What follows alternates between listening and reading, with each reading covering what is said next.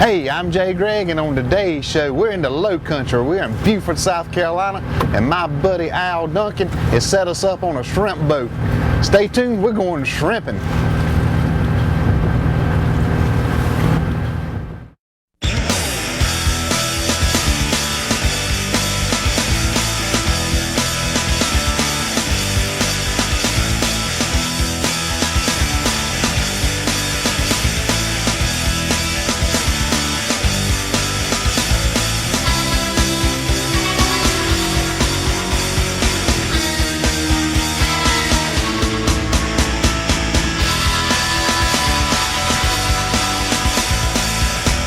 Carolina Outdoors with Jay Gregg.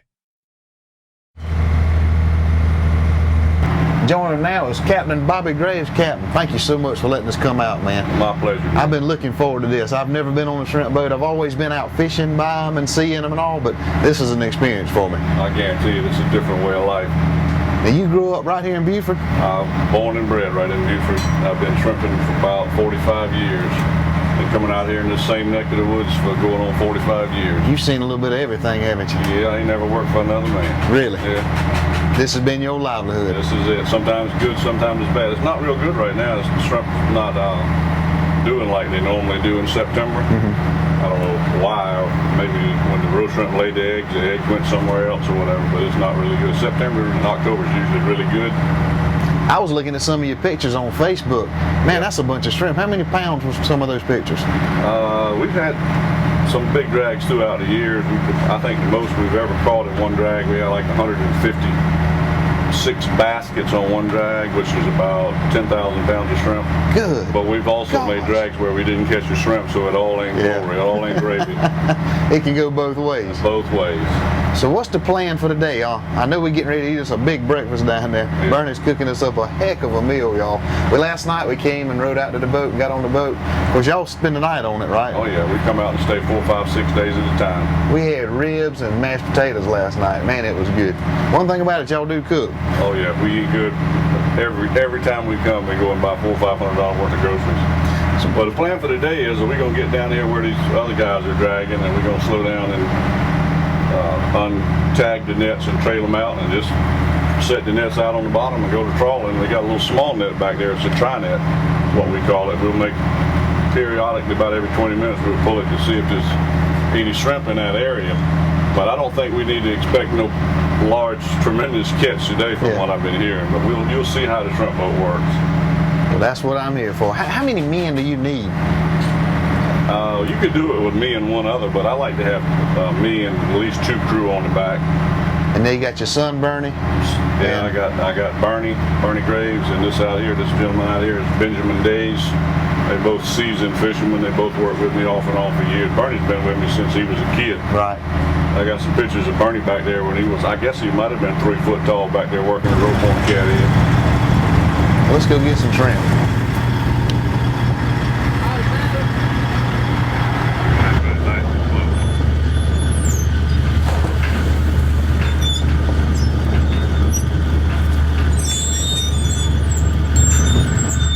Look at all the birds gathering up.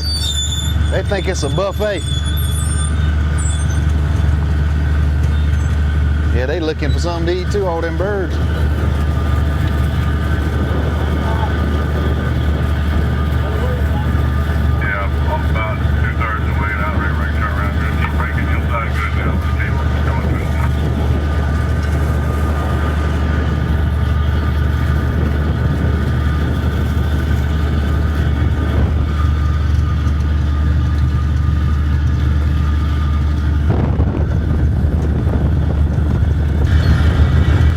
This is the little net right here. He was talking about, the captain was talking about a smaller net. He drops that one and check it every 20 minutes. With me now, Bernie Graves. Bernie, what in the world just happened? You dropped the nets. Is that what y'all were doing earlier? I'm on the bottom trying to get some little shrimp today. How deep are we? It's probably about around 12, 15 foot. So it isn't really that deep. I mean, we're right off the beach. Yeah, I mean, we're like a half mile, quarter mile off the beach. Well, tell me this, with the smaller net, that was the one he checks every 20 minutes? Yeah, that's what we call a tri-net. We pull it every 20, 30 minutes to kind of see what we're catching. Right. See if we need to keep on going or spin back around and get, round them up. All right, all the ice. I saw you mixing something over there. What was that? Well, basically what it is just a preservative. But we're putting ice in to keep the shrimp cool, on the hot days like this. Keep them cool so they won't spoil, because we've been dragging 2, 3, 4 hours. So when these nets come in, where do they go? Where do they go? Yeah, when you pull them in, do they come over the boat and you drop them? We'll pull the doors back up and the nets will be trailed behind the boat. We'll catch the rope back there and pull bags up right here above the table. Yeah. Dump them right there on the table. And the doors with a big wooden? Yeah. Now what do they do? Well, they got like a bridle on. They got 4 chains coming out each one of them that makes them kind of, when they hit the water Open up. Catch them, open the nets up. The net act like a funnel. What keeps? I mean, I guess you catch other fish too, don't you? Oh yeah, all kind of stuff. You'll have to grade all that out. How about turtles and stuff?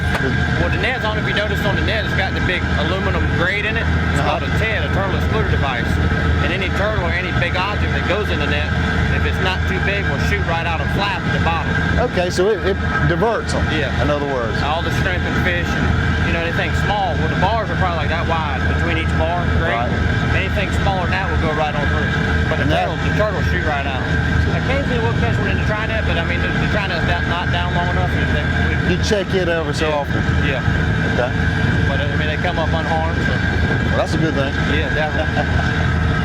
We're getting ready to try to pull up the tri-nets to see how many shrimp we have in some little small nets, just to see what we have on our second pull, to know what kind of shrimp to expect with the big nets. Benjamin is getting ready to throw the grapple hook to try to catch the lines. This is the tri-net.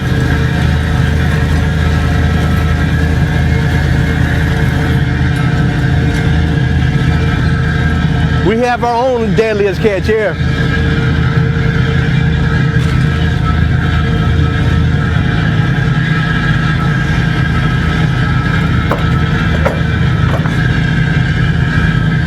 I see a few starfish.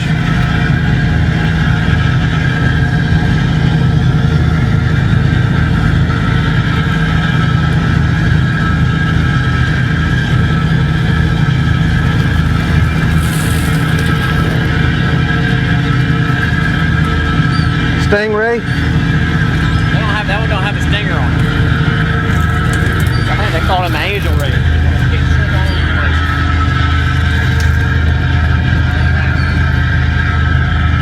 So these are angel rays? Yeah, that's what they call it. They don't have any stingers on them. Cool. No stinger.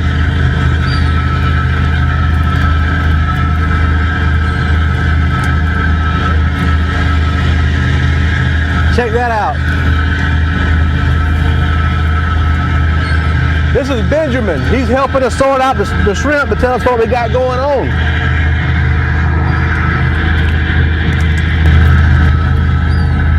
What is that, Benjamin? Call these tonguefish. Tonguefish. These are tonguefish.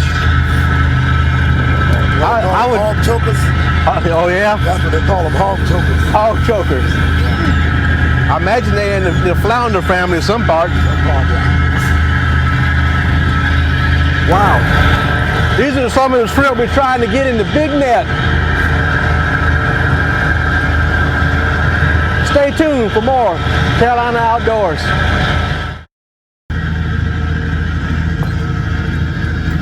This is our 4th time checking the tri-net. Looking at the tri-net, it's just like the big nets, just smaller.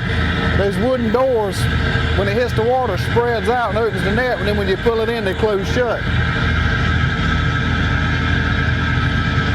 Last 3 times, they've gotten quite a few shrimp. They had 51 go around, 21 go around. Got horseshoe crabs. Isn't that what that is, a horseshoe crab? Yeah. Not many. That was a heap of them. What else is in there? Stingray. Stingray, horseshoe crab. Plastic fish. Yeah, was that a bottle? Captain, that was the fourth time checking the tri net? Yeah, that was the fourth try. How's it looking? With your expert opinion? With my expert opinion, I don't think it's looking too good. Really? Yeah. Shrimp are small, and the shrimp in this area, you got to get a lot of them in the tri net to get a decent drag down here on the deck.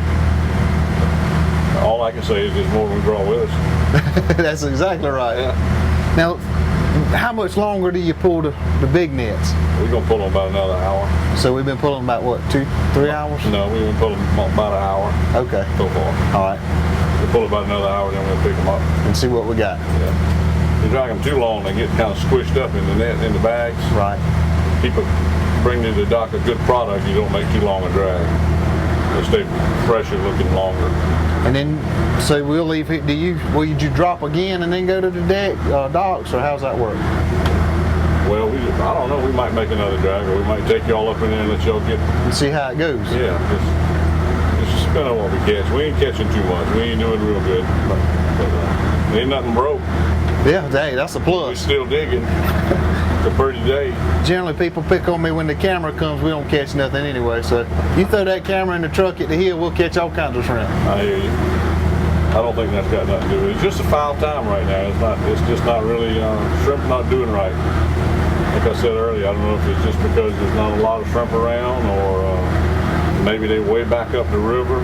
We had a good roe shrimp season, which means there should be some shrimp here now, but it's just not, it's not acting right. Fishermen are having a hard time because of the competition from larger, great big boats. And then the main thing is the price of fuel.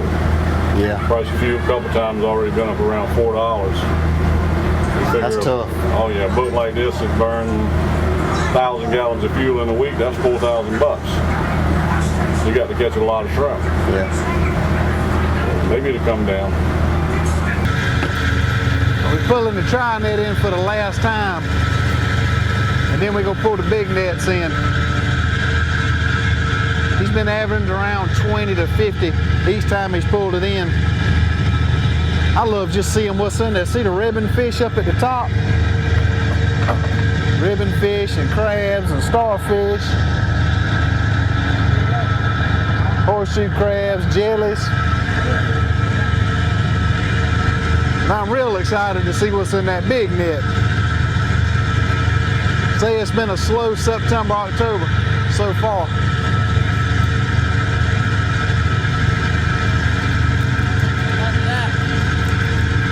Ain't but a couple shrimp in there, that's why we're getting ready to head to the hill. We're pulling the nets in now.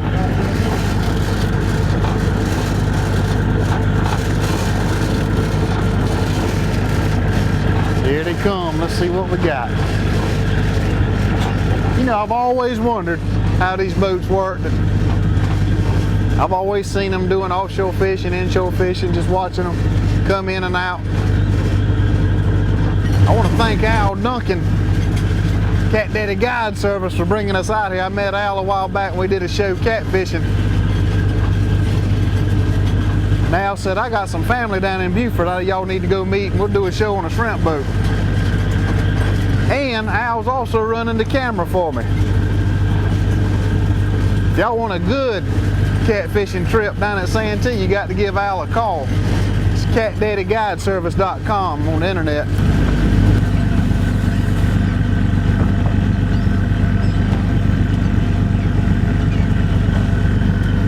Got nets on both sides. Look at all the birds. They're gathering around us. They know what the deal is. Trying to pick up some scraps.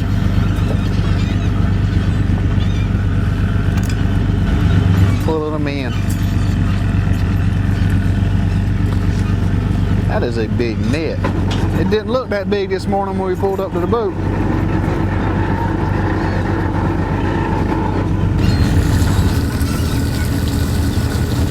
That's a heap of stuff. A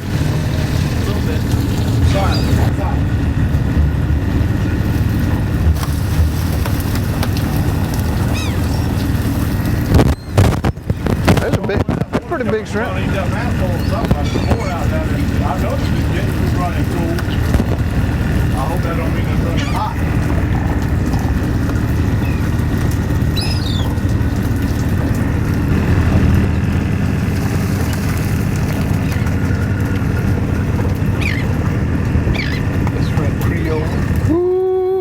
salad, shrimp burgers, shrimp kebab, boiled shrimp, fried shrimp, grilled shrimp.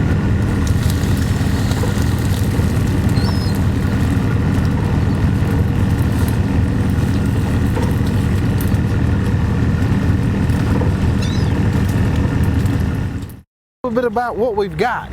I mean, you got a little bit of everything, and of course we want the shrimp, of course. About the only thing we're gonna keep in here is the shrimp and a few whiting that are of size, which that one's too small, but And that's a whiting? yeah, that's a whiting. But like I said, we got a little bit of everything in here. I mean, if it's on the bottom or swimming in anywhere from the top to the bottom, we're gonna put it on the deck, no doubt about it. What are the little skates, stingrays? The little You see one? Yeah, there's one right here.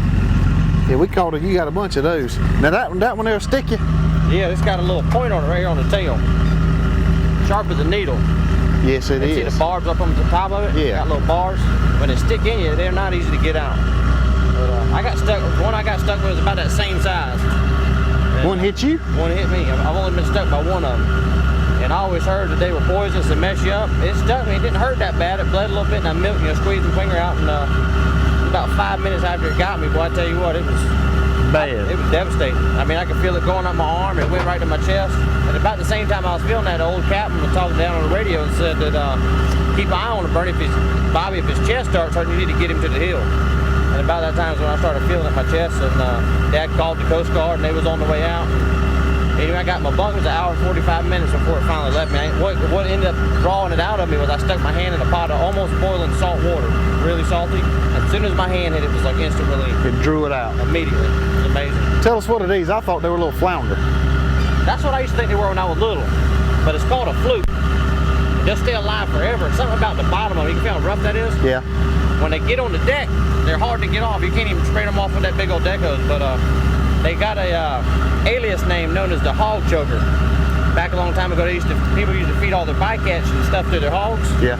And this same fish, the fluke, would get in the mouth of the hog, and it would get hung on their throat like it does on the deck, and they would choke to death on them. So they named them hog chokers. They had to start picking these out before they fed them. Fed them to the hog.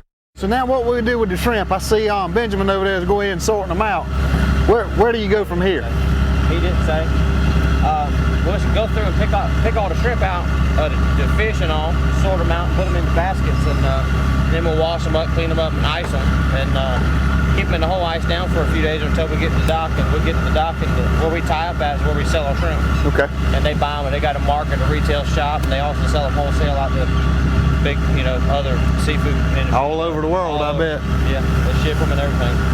Well, I hope y'all enjoyed our shrimping show today. We caught 560 something odd pounds today. Yeah, somewhere around there, 5, 6. We're gonna take us a couple pounds now and cook them up. What you cooking up, Bernie? Shrimp gravy and rice, Mama's special recipe. Bernie, thank you for letting us come out on the boat today. Thank you, enjoyed it. I'd like to thank Al Duncan, Cat Daddy Guide Service, for setting this trip up. And I also like to thank Bobby Gray for allowing us on this boat. Until next week, get out and enjoy your Carolina outdoors.